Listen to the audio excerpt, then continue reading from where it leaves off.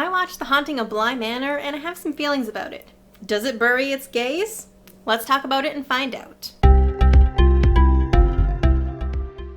Hey all, and welcome to my vlog. My name is Erin, and today we're going to be talking about The Haunting of Bly Manor. If you haven't watched it yet, I do recommend it. It's a vintage horror set in the English countryside in the late 1980s. If you're a millennial like me, that might not seem vintage, but majority of this movie is set before I was born, so I would say that it counts. It was created by Mike Flanagan for Netflix and was very recently released on the platform. It's based on the 1989 novella The Turn of the Screw by Henry James, but it was obviously updated a little bit to fit into the 1980s. There will be some spoilers for Bly Manor because I can't really talk about the gays and the possibility of them being buried without spoiling things. If you haven't yet watched The Haunting of Bly Manor, I recommend you do so and come back.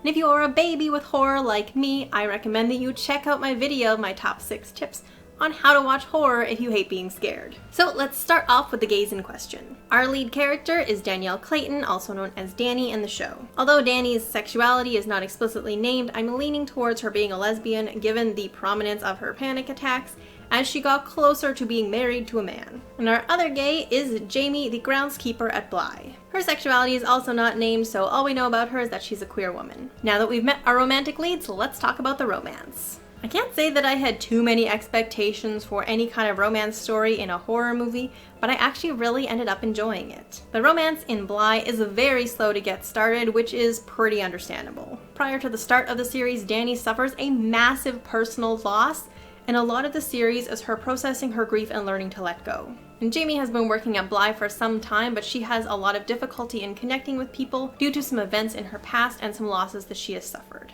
Things with the romance kick off in episode 4 when Dani is finally properly processing the loss of her fiancé and the two lead characters kiss. Much of the series is quite understandably focused around the hauntings, and there's not much for the relationship progression until we hit the final episode where it slams on the gas. In that episode, we get to see their future together, the quiet aftermath, and their years of love.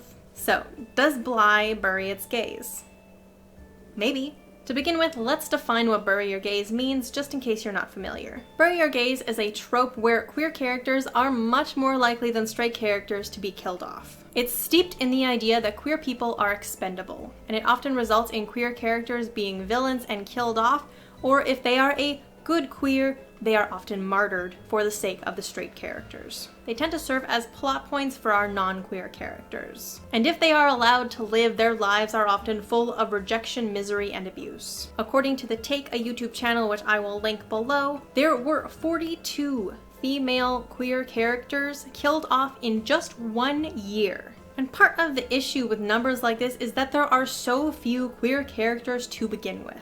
Now we're getting into some heavier spoilers, so if you don't want the ending spoiled, now is the time to tap out. But please do go watch Bly and come back. Let's work through the aspects of bury your gays. In terms of numbers, how does it end up?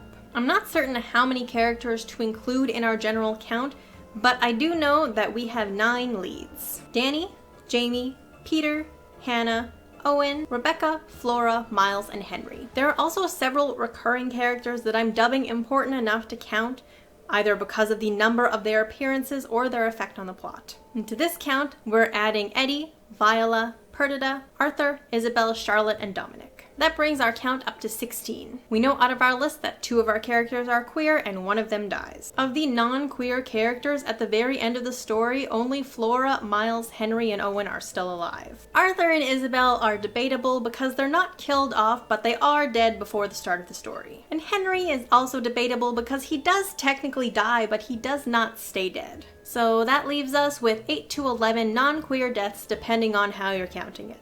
But either way, we are at half or more of the non-queer characters dying and half of the queer ones. There are also a few couples in the show besides Dani and Jamie. We have Hannah and Owen, Rebecca and Peter, and Henry with Charlotte, as well as Charlotte with her husband Dominic. Not a single one of those relationships is intact by the end of the show, so Jamie and Dani's relationship is not split up simply because they're queer. Is Dani considered expendable and/or does she die because she's queer? I would argue that she's not considered expendable. She's beloved and cared for, and no one wants her to die. She's also the lead and carries the story. She does not die because she is queer. None of the deaths in Bly are motivated by sexuality. Does her death motivate other characters to action and or provide shock value? I would argue no. Dani's death technically takes place years after the events at Bly, and there is no story piece motivated by her death except for the telling of the story itself. Does her death make her a martyr or a symbol? Technically, Dani does die to save other non-queer characters. So on one side, yes, but she does not become a symbol. The only person who even knows that she has become the Lady of the Lake prior to the telling of the story is Jamie. Dani's death is quiet and it's off-screen, and it lays the foundation for a safe future for Bly. The death itself is not a spectacle, and her loss is felt through Jamie. Does Dani get to experience a happy queer relationship on screen? Yes. From episode 4 onwards, we experience the progression of this romance, and in episode 9, we get to see the culmination of it. Once all the haunting stuff is dealt with and Dani has bound herself to the Lady of the Lake in order to save Flora, we finally get to settle into the happiness, although it is under the specter of the lady. When I first started watching this episode, I was absolutely certain that they were going to kill off Dani in pretty short order, but they didn't. In the later part of the episode, we know that Dani and Jamie lived together for many years. We have at least 9 years of them together, in love, getting as close to married as they can get. At that point, the influence of the lady becomes too strong for Dani to overpower her, and she has to make the choice to either die or risk killing Jamie. Do the living queer characters experience pain and hardship?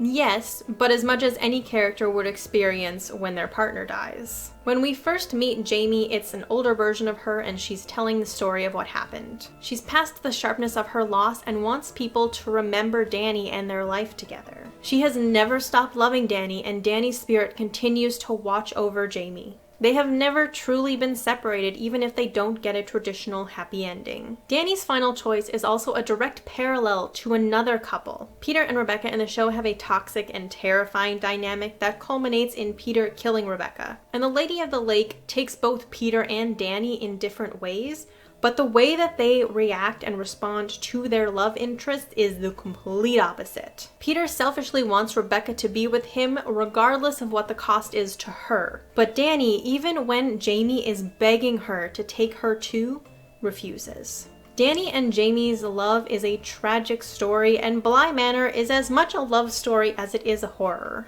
It's about letting go and the pain that results if you refuse to do so. The entirety of the misery surrounding Bly Manor is because of Viola's refusal to let go, and it perpetuates through all these other characters until we get to Dani. She chooses to let go of her own safety and freedom to save Flora. She chooses to give up her life so that Jamie and anyone else in the future of Bly will be safe. So, did Bly bury its gaze? Maybe.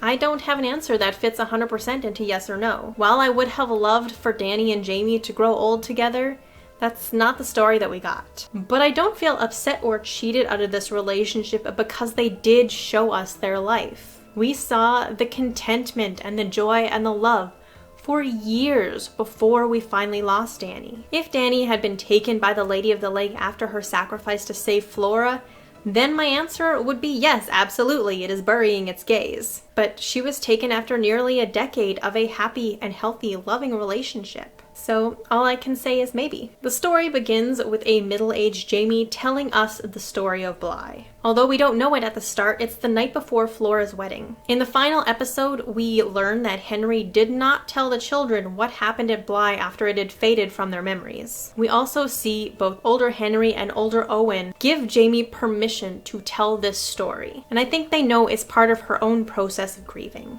Even if Flora doesn't remember, Dani is the reason that she is there, and Jamie needs to talk about it. Additionally, I think it's important that the show let Dani know that her sacrifice was not in vain. Although she doesn't see Flora physically again, she learns from Owen that the children are happy, Flora has a good relationship with a nice boy, and their uncle is sober and they're a proper happy family. She made the choice to protect that little girl, and knowing that she's living a good life validates that choice. The story winds down at Flora's wedding on her first dance. Jamie has been living without Dani, missing her and loving her this entire time. I think it's important for Jamie to see in person what Dani's sacrifice led to, and I think it's important for the audience as well. It was never for nothing or for shock. It was for this. So I hope you liked this video. If you would like to see more of this, please do let me know. Hit that like button, click subscribe if you have not already, and be sure to ring that bell because who knows when the heck I'm posting. Check out my books and you can read the first 3 chapters for free on my website. All my social media links will be below, and I will see you in the next video. Bye!